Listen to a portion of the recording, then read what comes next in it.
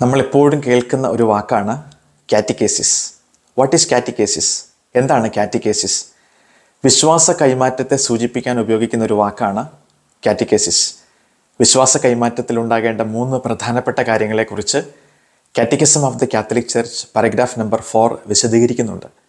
1. ഈശോയുടെ നാമത്തിൽ ജീവൻ ഉണ്ടാകേണ്ടതിന് അവനാണ് ദൈവത്തിൻ്റെ പുത്രൻ എന്ന് വിശ്വസിക്കാൻ മനുഷ്യരെ സഹായിക്കുക. 2. ഈശോയിലുള്ള ജീവിതത്തിൽ അവരെ പഠിപ്പിക്കുകയും പരിശീലിപ്പിക്കുകയും ചെയ്യുക. 3. അവിടുത്തെ ശരീരമാകുന്ന സഭയെ പണിതുയർത്തുക.